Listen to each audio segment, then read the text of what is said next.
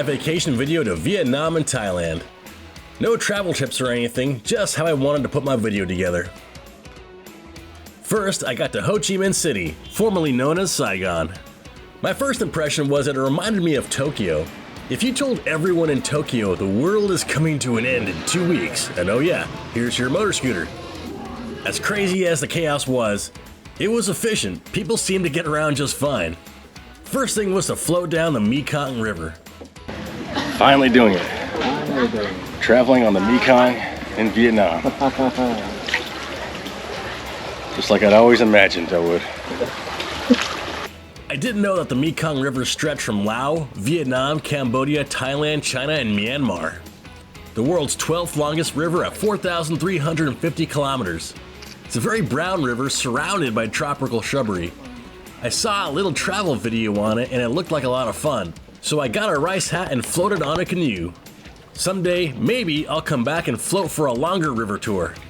After that, we got a coconut process demonstration showing us how to make some fun candy with coconut. They make a great candy. The candy is so good, I developed an addiction to coconut candy afterwards. Took another river tour on a motorboat going back against the river. Also, I found that the river is packed with gators and snakes. Thankfully, I didn't see any while on the boat.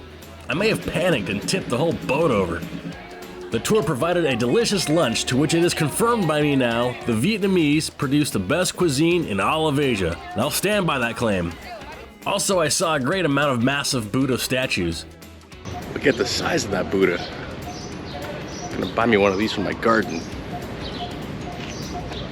These are so big, I was surprised I hadn't heard of any of them. I mean, everyone I know knows the Christ statue in Brazil or the Statue of Liberty, but they just have these big Buddhas everywhere in Vietnam. There is one party district for backpackers visiting Saigon, full of bars and tattoo shops. Not exactly my cup of tea, but it's a lot of sparkling lights and excitement. It can be fun to walk through, kind of like what I do when I go to Vegas. Most interesting thing for me in Vietnam was the War Museum. It was a very fair depiction of the war, adding some stuff that Americans tend to graze over when talking about the efforts. One thing I noticed about Vietnam is the sheer amount of people with missing limbs. From the looks of the war pics, and particularly those of the chemical warfare, I admittedly got pretty emotional at the museum. I came out with a much better understanding of why the Vietnamese would not surrender. Most fun in Vietnam was Bana Hills and Da Nang. To get there, you have to ride what is around a 20-minute cable car ride up the hills to what is an incredible sight. There's the famous Golden Bridge, a viewing bridge held by giant concrete hands. Here at the Golden Bridge here in Vietnam and Da Nang. Now, we're really high up. Would have a great view, but it's really cloudy today, but it kind of enhances the fingers of this bridge. Makes it more mysterious. I dig this. Oh. The hills are in the clouds, which gave the whole thing a fantastic look. Filled with temples and the most manicured garden I have ever seen. Seriously, one of the coolest places I've been to my whole life. The Vietnamese are in no shortage of really big Buddhas.